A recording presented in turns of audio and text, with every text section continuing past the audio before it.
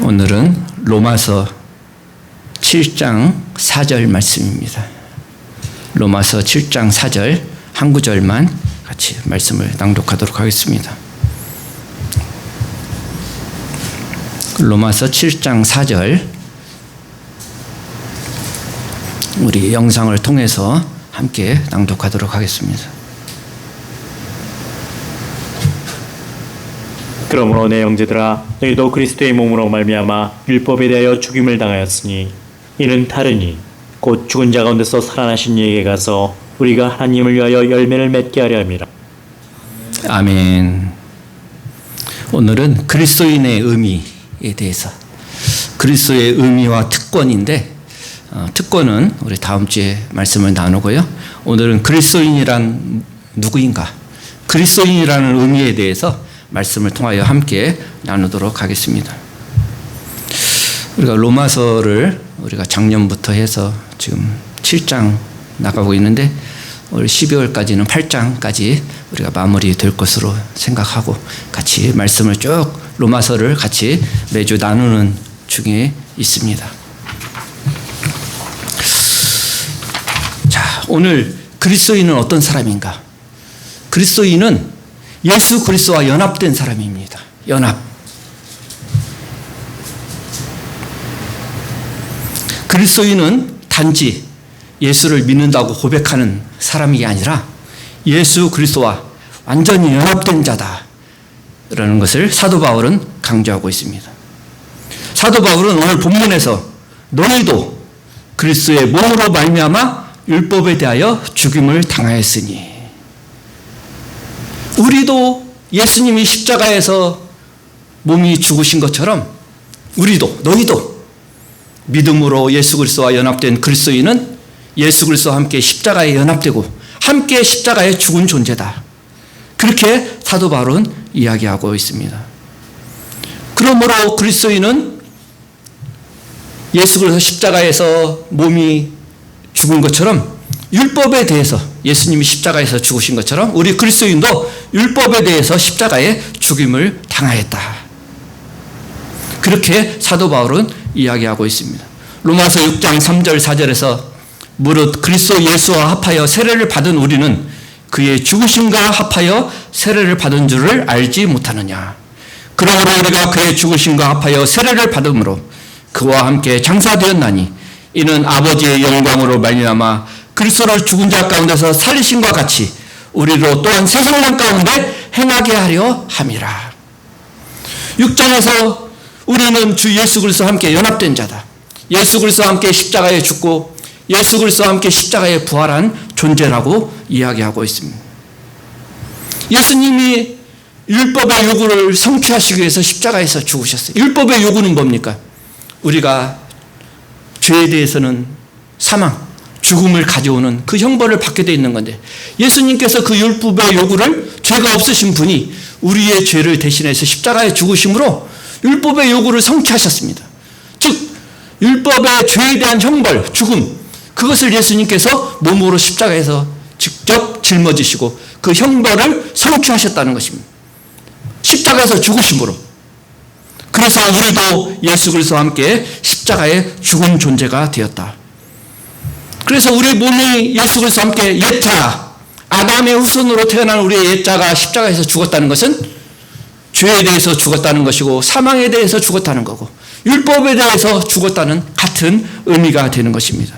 그래서 성경은 오늘 예수님께서 우리 죄를 대신해서 율법에 대해서 죽으신 것처럼, 몸이 죽으신 것처럼 우리도 율법에 대해서 죽었다. 율법에 대해서 죽게 되었다는 것은 죽음에 세웠다는 단번에 일회성으로 우리가 영원히 단번에 우리의 옛사람, 죄된 아담의 후손의 옛사람이 십자가에서 함께 죽었다는 것을 의미하는 것입니다. 그리스도는 주님이 십자가에 죽으셨을 때 함께 영원히 단번에 일회성으로 반복되지 않는 그런 의미의 죽음을 겪었다는 것입니다. 이것이 없이 누구도 그리스도인이 될 수 없는 것입니다. 죄와 사망뿐만 아니라 율법에 대해서도 우리는 죽었다는 것입니다. 율법이 요구하는 것이 뭡니까? 죄에 대해서는 사망, 우리 육신이 죽은 것뿐만 아니라 우리 영혼이 사망하는 것을 이야기하고 있는 것입니다. 갈라디아서 2장 19절에 사도 바울은 내가 율법으로 말미암아 율법에 대하여 죽었나니 이는 하나님에 대하여 살려 함이라. 사도 바울이 이렇게 똑같은 의미입니다. 사도 바울도 예수님처럼 율법에 대해서 이제 죽은 존재가 되었다는 것을 이야기하고 있습니다. 이것을 깨닫는 것은 우리 그리스도인으로서 굉장히 중요한 구원의 확신과 그리스도 안에서 참된 신앙을 갖고 신앙의 진리를 알므로 진리가 너희를 자유케 하는 그 진리를 안에서 살아가는 신앙에서 굉장히 중요한 것입니다. 이것이 우리를 구원을 받는 칭의, 중생, 의롭다는 뿐만 아니라 예수 그리스도를 닮아가는 성화의 생활에 있어서 굉장히 중요한 진수가 되는 것입니다. 율법에 대해서 죽었다. 이것을 아는 것이 중요한 것입니다. 이것이 바로 내가 예수 그리스도와 함께 믿음으로 연합된 존재다. 그리스도인은 예수님이 십자가에 죽으시고 부활하신 것처럼 우리도 예수님과 함께 십자가에 죽으시고 부활한 존재라는 것입니다. 그리고 율법에 대해서 죽었을 뿐만 아니라 더 적극적으로는 우리는 예수 그리스도에게 시집을 간 존재다. 율법에 대해서 죽었기 때문에 이제는 새롭게 예수 그리스도에게로 시집갈 수 있는 존재가 되는 것입니다. 그 앞에 결혼 예화를 사도 바울이 이야기했죠. 지난주에 율법에 대해서 우리가 죽었기 때문에 이제 예수 그리스도와 새로운 결혼 관계를 시작할 수 있게 되었다는 것입니다. 율법에 대해서 죽었고 예수 그리스도에게 시집 갔다는 그 사이에는 뭐가 있습니까? 예수 그리스도와 함께 부활했다는 것을 의미하는 것입니다. 새 생명으로 부활했다는 것을 의미하는 것입니다. 로마서 6장 5절에 만일 우리가 그의 죽으심과 같이 같은 모양으로 연합한 자가 되었으면 또한 그의 부활과 같은 모양으로 연합한 자도 되리라. 예수 그리스도와 함께 죽었다면 예수 그리스도와 함께 새 생명으로 부활했다는 것을 의미하는 것입니다. 우리가 여전히 율법과 결혼한 존재라면 예수 그리스도와 결혼할 수가 없는 것이죠. 율법에 대해 죽었기 때문에 우리는 예수 그리스도와 새로운 관계에서 새 생명의 삶을 살 수 있는 것입니다.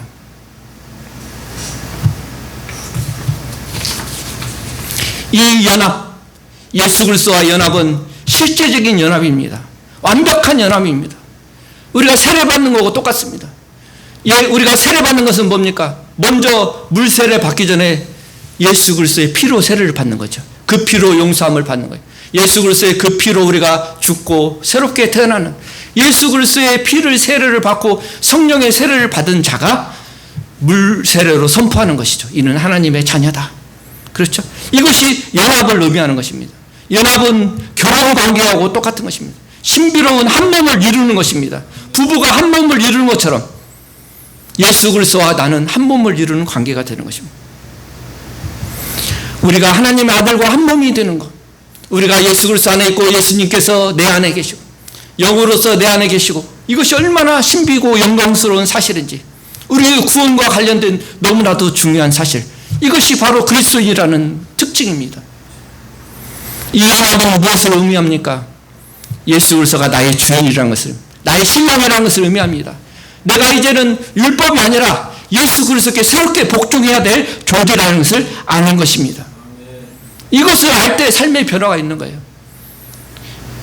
교회에 다니고 신앙 고백을 한다고 해서 그리스도인이 아닌 거죠. 이 삶의 변화가 예수 그리스도가 나의 삶의 주인이라는 것을 고백하고 실제적으로 그리스도와 연합될 때 우리의 삶의 변화가 되는 것입니다. 옛 남편을 잊어버리고 율법, 구원에 있어서 우리 율법은 의미가 없는 거예요. 그렇죠? 우리의 구원을 보장하지 않는 것입니다. 그러나 예수 그리스도는 우리의 구원을 보장하고 우리는 새로운 남편에게 진실과 충성, 오직 그분만을 섬기는 삶을 살아가는 게 그리스도인의 삶이에요. 세 번째로 이 연합의 관계는 영구하다는 것입니다. 부부 관계를 끝낼 수 있는 것은 죽음밖에 없듯이, 그렇죠? 성경에서 이혼을 허락지 않지 않습니까? 우리는 이미 예수 그리스도와 함께 새 생명으로 태어났기 때문에 이 새 생명은 영구하는 거예요. 죽지 않는 거예요. 우리는 죽지 않는 새 생명으로 태어난 것입니다.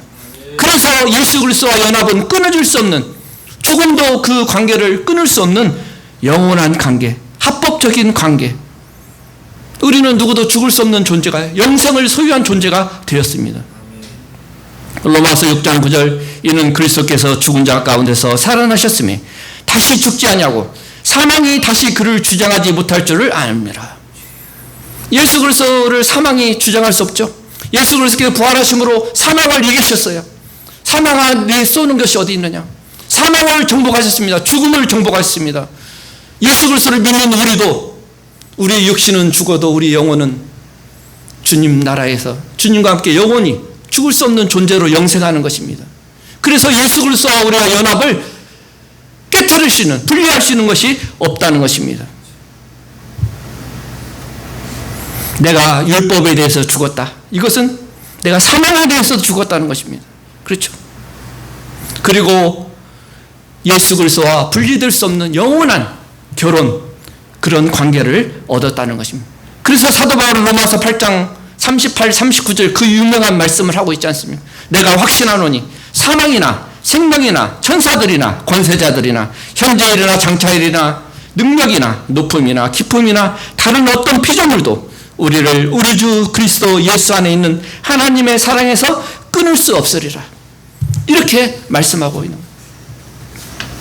이것이 연합입니다. 그리스도인은 예수 그리스도와 연합된 건데, 목과 연합 어떻게 연합됐냐? 예수 그리스도의 십자가의 죽으심, 나도 믿음으로 고백하고 십자가에 함께 죽었고요. 예수님이 부활하신 것처럼 나도 예수 그리스도를 믿는 그 믿음으로 부활한 존재로, 이제는 죽음이 예수님과 우리를 갈라놓을 수 없는, 이 세상의 어떤 피조물도 우리를 그리스도와 갈라놓을 수 없는 존재가 되었다는 것입니다. 다시 한번 정리해 보겠습니다. 그리스도인이라는 정의, 그리스도인이란 누구인가? 이것을 본문은 이야기하고 있습니다. 그러므로 내 형제들아 너희도 그리스도의 몸으로 말미암아 율법에 대하여 죽임을 당하였으니 이는 다른 이 곧 죽은 자 가운데 살아나시니, 즉 예수 그리스도죠. 예수 그리스도께 가서 우리가 하나님을 위하여 열매를 맺게 하려 하심이라.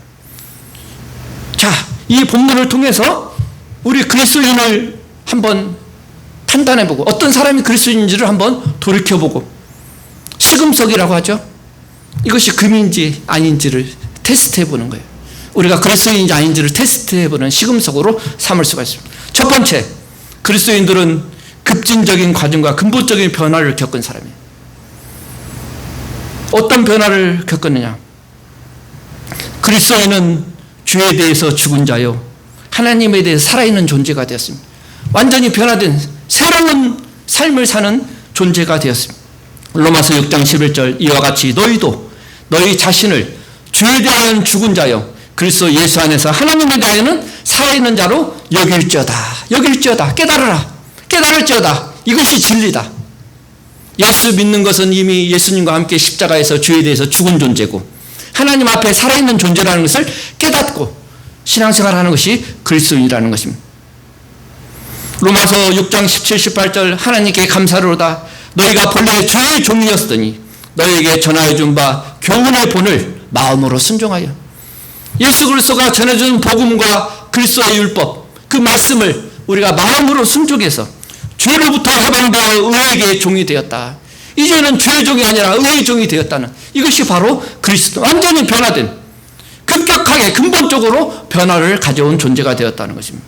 새로운 생명을 부여받은 존재가 되었다는 것입니다. 거듭난 존재가 되었다는 것입니다. 이것이 그리스도인이에요. 단순히 교회에 나오고 예배드리고 헌금하고 이게 그리스도인, 완전히 그리스도인은 새 생명으로 거듭난 존재입니다. 두 번째, 그리스도인이 된 사람은 전적으로 하나님과 새로운 관계에 있는 사람. 새로운 관계. 저희는 하나님과 율법을 통한 관계에 있었으나 하나님과의 원수관계, 율법으로 따지면 하나님과 원수된 관계입니다. 하나님의 정의 아래 있는 관계입니다. 그러나 예수 그리스도로 말미암아 새로운 새 언약, 하나님은 우리 하나님이고 우리는 하나님의 백성으로 새로운 언약 가운데 있는, 이제는 율법 아래 있지 않고 은혜 가운데 있는 그런 존재가 된 것입니다. 새로운 관계가 되었다. 세 번째, 그리스도인은 삶에 있어서 새로운 목적을 가지고 사는 사람입니다. 새로운 목적. 세상 사람들은 자기 중심적으로 자기를 위해서 살아갑니다. 그러나 그리스도인은 하나님께 열매를 맺기 위해서 살아가는 사람이에요. 하나님을 닮아가기 위해서 사는 사람이에요. 하나님을 영화롭게 하기 위해서 살아가는 사람, 새로운 목적을 가지고 사는 사람. 네 번째, 그리스도인들은 전적으로 새로운 능력과 권세와 힘을 공급받은 사람, 새로운 능력을 공급받은 사람들, 성령을 주셔서 성령 안에서 성령의 능력으로, 성령의 순종함으로, 성령의 인도함을 받음으로 성령의 열매를 맺으며 살아가는 사람입니다. 이것이 그리스도인이에요. 그러면 우리가 한번 돌아보겠습니다. 첫 번째로, 나는 정말 그리스도인가? 그리스도인은 예배와 교제, 모임을 사모하는 자입니다. 왜? 어린아이가 젖을 사모하듯이 영적인 의에 줄이고 목마르고 영적인 것을 사모하는 사람이 그리스도인이에요. 새로운 생명으로 태어났기 때문에. 베드로전서 2장 갓난아이들 같이 순전하고 신령한 젖을 사모하라. 이는 그로 말미암아 너희로 구원에 이르도록 자라게 하려 함이라. 이 의에 줄이고 목마르고 신령한 영적인 예배와 말씀을 사모하지 않는 사람은 살아있는 사람이 아닌 거죠. 죽은 사람은 배고프지 않습니다. 죽은 사람은 목마르지 않습니다. 그렇죠? 이것이 그리스도인, 내가 그리스도인인가를 분별하는 거예요. 두 번째, 하나님과 올바른 관계, 평화를 느끼고 있느냐? 죽음에 대해서도 두렵지 않고 하나님의 진노와 심판에도 두려움 없이 하나님과 올바른 화목된 자로서 평화를 누리며 살고 있느냐? 세 번째, 여러분은 진실로 새로운 삶의 목적을 가지고 사는가? 삶의 새로운 목적이 나를 지배하고 그 목적 때문에 내가 이러한 책임감을 가지고 살아가는가? 우리 목사님 부부 볼 때도 참 이 연세에 그냥 편안하게 여생을 살면 얼마나 좋겠어요. 먹을 것 먹고 여행 다니고 부족함이 없이 충분히 살 수 있는 그런 삶인데, 그리스도인은, 사명을 맡은 자는 그렇게 살 수 없는 거죠. 그 목적이, 새로운 목적이 하나님을 위해서 헌신하고 교회를 개척하고 주님을 섬기게 만든 거예요. 그게 그리스도인이고 사명감을 가지게 되는 것입니다. 네 번째, 여러분은 새로운 능력과 힘에 의해서 그 힘에 대해서 무언가를 느끼고 있습니까? 전혀 없었던 내 삶의 작은 변화라도 있습니까? 죄를 싫어하고 죄로부터 벗어나고자 하는 소망이 있습니까? 말씀대로 살고 구별된 삶을 살고 하나님의 나라를 위하여 살고자 하는 그 마음 열정이 있습니까? 이것이 없으면 그리스도인이 아니에요. 말씀을 사모하지도 않고 예배를 그리워하지도 않고 이런 갈망이 없는 자는 살아있는 자가 아니죠. 기독교는 예수 그리스도가 중심이 되는 종교예요. 그 중심이 예수 그리스도입니다. 우리가 그리스도인이 된다는 것은 잠깐 전에 말씀드렸지만 예수 그리스도의 죽음과 부활을 믿는 사람들이에요. 예수 그리스도의 십자가의 죽음과 부활을 믿는 것, 믿을 뿐만 아니라 내가 예수 그리스도와 하나 된 사람이에요. 단순히 예수 그리스도의 말씀 가르침을 믿는 것이 아니라 예수 그리스도께서 십자가에서 몸이 죽으신 것처럼 나도 나의 몸이 죽었다. 율법에 대해서 내가 죽었다. 그리고 새로운 몸으로, 새로운 생명으로 성령이 내 안에 계셔서 새로운 생명으로 살아간다는 것을 믿는 사람이 바로 그리스도인인 것입니다. 그래서 그리스도인은 예수 그리스도의 십자가의 그 죽으심으로 값없이 우리를 의롭다함을 받은 거예요. 그것이 구원입니다. 로마서 3장 24절 그리스도 예수 안에 있는 속량, 우리를 죄를 용서해서 우리를 죄의 노예에서 구원해 주신 거예요. 사주신 거예요. 그리스도 예수 안에 있는 속량으로 말미암아 하나님의 은혜로 값없이 의롭다 하심을 얻은 자가 되었다. 이게 그리스도인이에요. 갈라디아서 4장 4, 5절 때가 참에 하나님이 그 아들을 보내사 여자에게서 나게 하시고 율법 아래에 나게 하신 것은 율법 아래에 있는 우리들을 속량하시고 우리로 아들의 명분을 얻게 하려 하십니다. 때가 돼서 예수 그리스도를 십자가에서 하나님이신 예수 그리스도를 육신의 몸을 입고 동정녀 마리아에게서 나게 하셔서 율법 아래에 나게 하셔서 율법 아래에 있는 우리들의 죄를 속량하시기 위해서 십자가에 죽으셨다는 것을 믿는 자에게 이 의롭다 하심 값없는 구원을 받게 되는 것입니다. 율법으로부터 우리를 구속하시고 율법 아래 있는 자들을 구속하기 위해 이 땅에 오시고 예수님은 십자가를 지신 것입니다. 그리고 그분은 율법이 우리 죄에 대하여 선고하는 형벌을 감당함으로 그 결과로 십자가에 죽으십니다. 우리의 죄의 형벌을 대신 거기서 형벌을, 하나님의 진노를, 심판을 받으셨다는 것입니다. 주님은 몸으로 말미암아 우리의 구원을 이루신 거예요. 십자가의 몸으로 말미암아 우리의 구원을 이루신 거예요. 율법을 성취하신 것입니다. 율법이 요구하는 것은 뭡니까? 죄의 싹은 사망인데. 로마서 3장 26절 곧 이때에 자기의 의로우심을 나타내사, 하나님은 자기도 의로우시며 그냥 값없이 그냥 아무 근거 없이 우리를 용서하신 것이 아니라 자기도 의로우시며 또한 예수 믿는 자들을 의롭다 하려 하심이라. 자기 아들을 십자가에 죽으시는 그 값을 치르심으로 하나님도 의로우신 거예요. 공의롭게 우리를 구원하신 거예요. 그냥 말 몇마디로 우리를 구원하실 수도 있지만 그건 하나님의 공의로우신 분이 아니죠. 베드로전서 2장 24절 친히 나무에 달려 그 몸으로, 그 예수 그리스도의 그 몸으로 우리 죄를 담당하셨으니 이는 우리로 죄에 대하여 죽고 의에 대하여 살게 하려 하심이라. 그가 채찍에 맞음으로 너희는 나음을 얻었도다. 예수 그리스도의 십자가의 그 몸으로 우리의 구원을 이루셨다는 거예요. 예수 그리스도의 연합된 자, 예수 그리스도 안에 있고 예수님 우리 안에 계신 연합된 자만 의롭게 되고 하나님의 자녀로 거듭나고 하나님의 백성이 되는 것입니다. 우리는 구원의 관점에서 예수 그리스도의 죽음과 부활이 그만큼 중요한 것입니다. 로마서 4장 25절 예수는 우리가 범죄한 것 때문에 내줌이 되었고 십자가에 내주십니다. 하나님이 내주셨어요. 우리 범죄함을 위해서. 또한 우리를 의롭다 하시기 위해서 살아나셨다.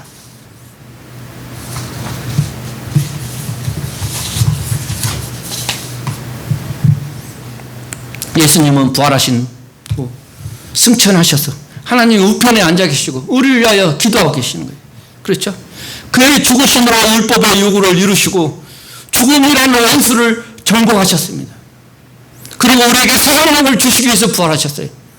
그것을 믿는 자들, 그것을 고백하고 그리스도와 연합되고 나도 함께 십자가에 죽고 나도 함께 십자가에서 부활하심으로 새 생명으로 거듭난 것을 고백하고 새롭게 태어난 자들만 하나님의 자녀고 그리스도인인 것입니다. 사도 베드로는 그가 죽으신 것은 우리를 하나님 앞으로 인도하기 위함이라고 이야기합니다. 그의 부활은 역시 우리의 궁극적인 구원이 완전하게 성취될 것을 보증하는 것입니다. 예수님께서 부활하셨기 때문에 우리도 죽으면 부활한다. 이미 예수 그리스도 안에서 죽은 자들이 부활할 것이고 그것이 천년만으로서 보장된 것입니다. 한 사람이 어떻게 그리스도인이 되고 그리스도의 특징을 나타냅니까? 그것은 예수 그리스도 하나님의 아들 그 몸 안에서 일어난 일 때문에 십자가에 죽으시고 부활하신 것 때문에 우리가 그리스도인이 된 거예요. 예수 그리스도께서 일어난 일이 나에게 믿음으로 동시에 일어난 것입니다. 2000년 전에 예수님이 죽으시고 부활하셨어도 지금 내가 예수 그리스도를 믿고 고백할 때 예수님께서 일어난 일이 내 안에 동일하게 일어난 그것이 그렇게 된 자들이 바로 예수 그리스도인이라는 것입니다. 우리는 이 예수 그리스도를 믿는 그리스도인들입니다. 새 생명으로 태어나서 예수 그리스도의 죽으심과 부활과 승천과 다시 오실 것, 우리를 구원하시기 위해서 다시 오실 것을 믿는 자들이 바로 그리스도인인 것입니다. 이러한 그리스도인으로서 새 생명으로서 이제는 하나님께 열매를 맺으며 하나님께 영광을 돌리는 삶을 사는 저와 여러분들 다 되시기를 예수님의 이름으로 축복합니다.